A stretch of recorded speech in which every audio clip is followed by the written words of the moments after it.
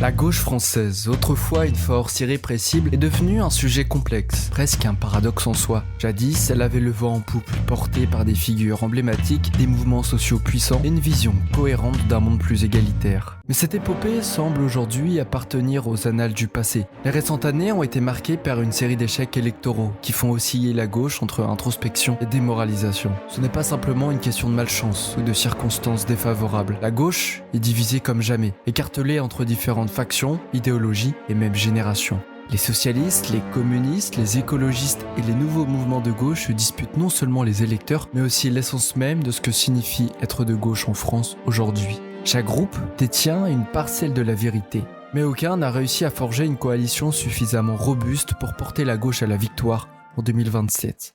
Néanmoins, dans ce panorama désolant, des signaux faibles de renouveau émergent, semblables aux premières lueurs de l'aube après une nuit noire. Tout comme Sherlock Holmes qui est revenu d'une mort présumée dans le problème final, la gauche a le potentiel de revenir sur le devant de la scène de manière inattendue. Pour ce faire, elle doit s'adapter et évoluer, abandonnant les vieilles querelles pour adopter une vision plus unifiée et contemporaine. Elle doit, en d'autres termes, devenir un caméléon politique, capable de changer de couleur sans perdre son essence. Là où elle doit puiser son inspiration, c'est dans sa propre diversité et sa propre complexité. Plutôt que de voir ces nombreuses factions comme une faiblesse, elle pourrait les voir comme des éléments d'une coalition plus large et plus inclusive. Imaginez une gauche qui parviendrait à marier l'urgence climatique des écologistes avec l'expertise économique des sociodémocrates, le tout unifié par une vision partagée d'égalité sociale et de justice. Cette alchimie, aussi improbable qu'elle puisse paraître, pourrait bien être la clé d'une résurrection surprenante de la gauche française. Dans un monde politique où les surprises sont devenues la norme plutôt que l'exception, il serait imprudent de réduire la gauche à une force déclinante. Comme Sherlock Holmes, elle peut nous surprendre, non seulement en revenant d'entre les morts, mais en résolvant quelques-uns des problèmes les plus énigmatiques de notre époque. Et si la gauche réussit à se réinventer en cette période critique, alors elle pourrait réapparaître quand on s'y attend le moins, prête à surprendre et à captiver une nouvelle génération. Toute cette diversité d'idéologies est à la fois une bénédiction et une malédiction. D'un côté, elle rend la gauche incroyablement riche en idées, en débats et en potentiel vecteur de changement. Cette variété peut alimenter des discussions passionnées et conduire à des solutions créatives aux problèmes sociaux complexes que nous affrontons. Elle permet également d'attirer un large éventail de citoyens, chacun pouvant trouver une faction ou une cause qui lui parle. D'un autre côté, cette diversité idéologique pose un véritable défi en matière d'unité.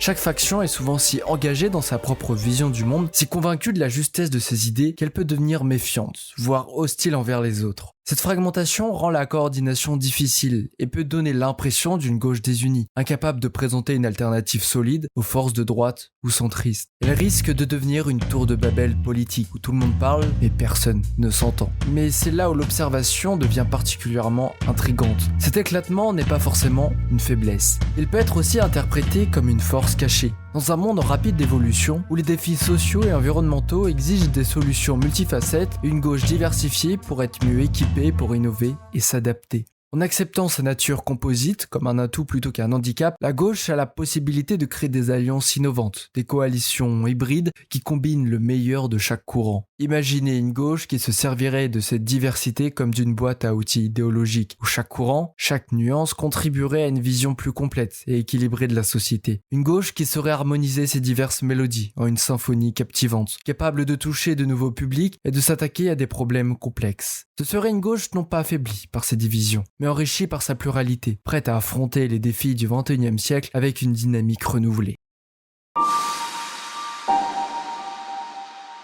L'avenir appartient à la jeunesse, dit-on. Mais est-ce que cette jeunesse est-elle de gauche ? La jeunesse, source inépuisable d'énergie, de créativité et de révolte, elle est souvent considérée comme le moteur du changement. En France, tout comme ailleurs, les jeunes semblent être de plus en plus politiquement engagés, même si cet engagement ne se traduit pas nécessairement par une adhésion au parti traditionnel. Ils se mobilisent pour des causes qui leur tiennent à cœur, que ce soit le changement climatique, les droits sociaux ou l'égalité des genres. Cependant, si la gauche veut séduire cette génération, elle doit comprendre que ces jeunes sont loin d'être des clones idéologiques de leurs prédécesseurs. Les jeunes d'aujourd'hui ne cherche pas obligatoirement des idées politiques toutes faites ou des plans complets. Elle est plus dynamique, plus fluide dans ses affiliations. Elle est aussi plus sceptique envers les institutions, y compris celles qui prétendent parler en leur nom. Ce n'est pas que ces jeunes sont apathiques ou désengagés, loin de là. Ils sont simplement plus exigeants, plus critique, et peut-être un peu moins patient avec les vieilles idées et les vieilles structures. Ce qui peut sembler être une mauvaise nouvelle pour la vieille garde de la gauche pourrait être en réalité une formidable opportunité. Cela pousse à l'innovation, à la réinvention et à l'adoption de nouvelles méthodes d'engagement. Pour toucher cette génération, la gauche doit être prête à sortir de sa zone de confort, à questionner ses propres dogmes et à adopter de nouvelles formes de communication et d'organisation. Elle doit aussi être prête à écouter, car ces jeunes ont quelque chose à dire. Ils sont nés dans un monde en crise, ont grandi au milieu de défis globaux complexes et adoptent une perspective qui mérite d'être entendue. L'objectif n'est pas simplement de traduire les vieilles idées en un langage que les jeunes pourront comprendre, mais plutôt d'initier un dialogue authentique qui pourra mener à une transformation mutuelle. Cela peut signifier de laisser la place à de nouvelles voix dans les places de leadership,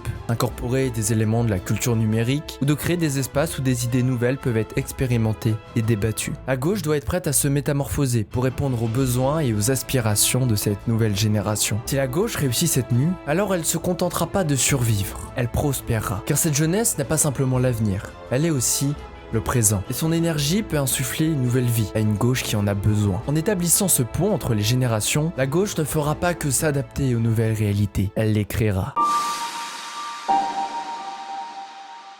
2027, une année lointaine qui nous invite à l'extrapolation imaginative. Une gauche victorieuse alors pourrait rassembler un mélange politique où différentes teintes et nuances se rejoignent pour former une image cohérente et puissante.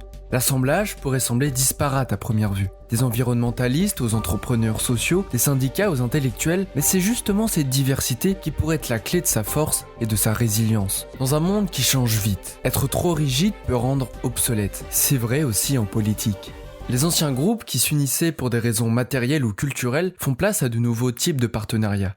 Ces nouvelles alliances sont influencées par de grands défis, comme le changement climatique, les inégalités sociales et le numérique. Ces défis touchent tout le monde, peu importe leur classe sociale ou leur idéologie. Ainsi, les environnementalistes peuvent voir dans les entrepreneurs sociaux des alliés dans la création d'une économie circulaire et durable. Les syndicats peuvent trouver chez les intellectuels des partenaires dans l'élaboration de nouvelles formes de droit du travail, adaptées à l'ère du numérique et de l'économie des petits boulots. Chaque groupe apporte à la table non seulement son expertise et ses ressources, mais aussi sa propre base de soutien, créant ainsi une coalition à la fois large et profondément engagée. Repenser les règles du jeu politique ne signifie pas seulement la formation de nouvelles alliances, mais aussi l'adoption de nouvelles méthodes de fonctionnement. La démocratie participative, l'open source politique, la transparence accrue, ces innovations peuvent contribuer à créer un système plus réactif, plus inclusif et plus résilient. Un système qui n'est pas seulement une coalition de circonstances, mais une véritable communauté d'intérêts et de destin. Il est peut-être temps de reconnaître que les divisions du passé, le capital contre le travail, la gauche contre la droite, le progressisme contre le conservatisme ne suffisent plus à capturer la complexité et la diversité du paysage politique contemporain. En embrassant cette complexité, en la considérant non pas comme un obstacle mais comme une ressource, la gauche peut non seulement survivre aux défis du présent, mais aussi s'équiper pour les opportunités du futur. En 2027, une gauche victorieuse pourrait ne pas être celle que nous avons connue, mais une entité nouvelle, dynamique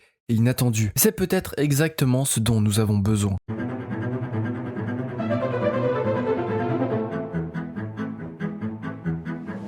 La politique, à bien des égards, se comporte comme un être vivant. Elle évolue, s'adapte et même parfois se régénère de manière surprenante. Ainsi, annoncer la mort de la gauche française en 2027 serait non seulement prématuré, mais aussi étrangement myope. Dans un monde où la constante est le changement, où des mouvements sociaux émergent en un battement de cils et où les vieilles certitudes sont régulièrement ébranlées, toute conclusion hâtive serait imprudente.